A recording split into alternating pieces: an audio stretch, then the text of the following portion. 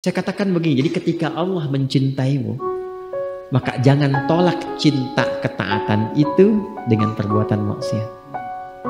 Ya. Ketika Allah mencintai kita, maka jangan tolak cinta itu dengan memilih berbuat maksiat. Salah satu tanda Allah mencintai hamba itu diringankan langkahnya untuk taat.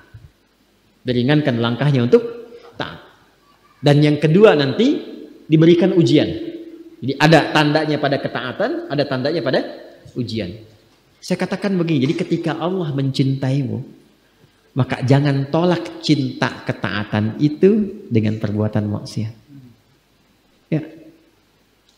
Ketika Allah mencintai kita, maka jangan tolak cinta itu dengan memilih berbuat maksiat.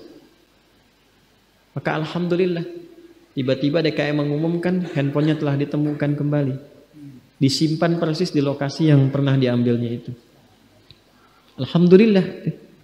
Alhamdulillah. Jadi ketika Allah sudah meringankan datang ke masjid, ingat-ingat tuh dosa. Ya, sujud, tobatin tuh. Alhamdulillah pulang dari sini dibersihkan misalnya, bersih dosanya. Nyaman lagi, tenang lagi. Nanti ada kelapangan di hati. Ciri dosa diampuni itu hati lebih lapang. Enak gitu. Tenang. Jelas ya? Nah, itu gambaran yang saya sampaikan ya. Nah, di ayat ini indahnya begini, la taqnatu min rahmatillah. Hambaku, jangan putus asa dari rahmat Allah. Innallaha yaghfiru dzunuba jami'an. Sungguh pakai nun taukid lagi. Pakai inna lagi. Harfu nasbin wa taukidin tansibul isma wa tarfa'u khabara mabniyun 'ala al-fathi la mahalla lahu min al-i'rabi. Huruf yang menguatkan, menancapkan pada jiwa berharakat fathah untuk menginspirasi. Buka hatimu, luaskan, tancapkan pada jiwamu. Kalau engkau sujud minta ampun sekarang, minta rahmatku, aku ampuni semua dosa-dosa yang pernah engkau kerjakan selama hidupmu. Kurang apa coba? Itulah rahmatnya Allah itu.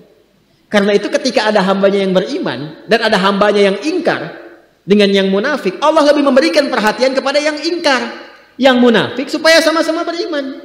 Kurang sayang apa lagi coba? Ya. Jadi kalau mau berbuat maksiat itu, merenung dulu deh sebentar gitu ya. Ya, merenungkan sayangnya Allah kepada kita. Apa tega melepaskan sayangnya Allah dengan perbuatan maksiat yang dipilih kemudian. Konsisten aja jaga itu sampai meninggal. Insya Allah husnul khatimah. Insya Allah husnul khatimah. Nah, jadi ini cara memahaminya. Makanya setelah itu diminta tunduk.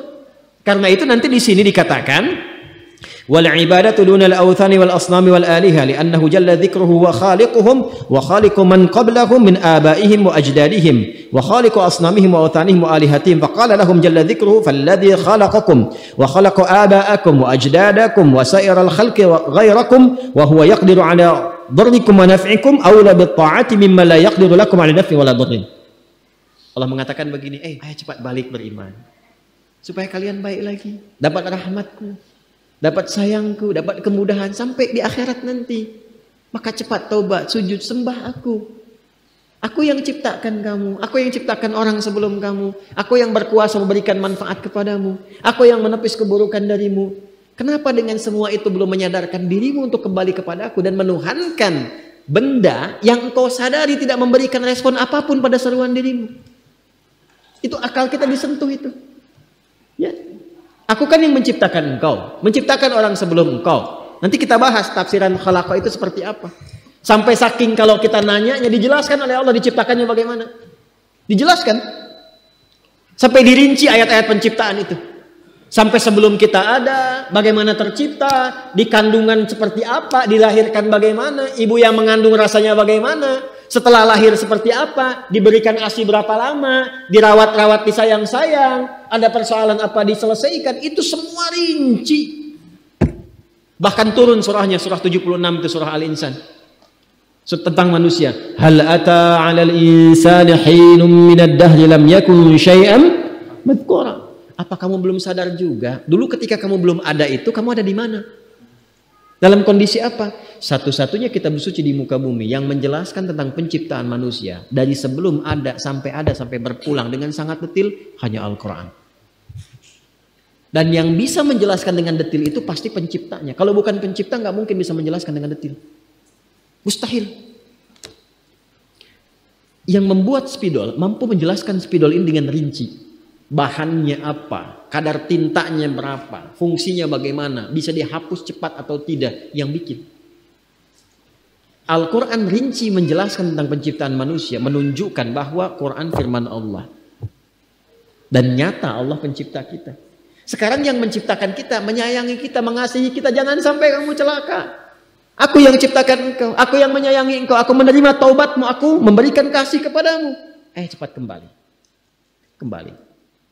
Sekarang alhamdulillah kita mengatakan beriman. Tapi kategori yang mana? Apakah iman yang pertama?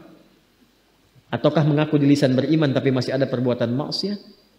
Atau ada sifat nifak yang menjangkiti dalam hati kita? Maka dengan ayat ini, satu ayat ini aja pulang tobat. Pulang tobat. Saya nggak mau Anda ngaji hafal ayatnya, cuma tahu halaman, tahu ini. Itu bukan istimewa. Banyak yang bisa begitu.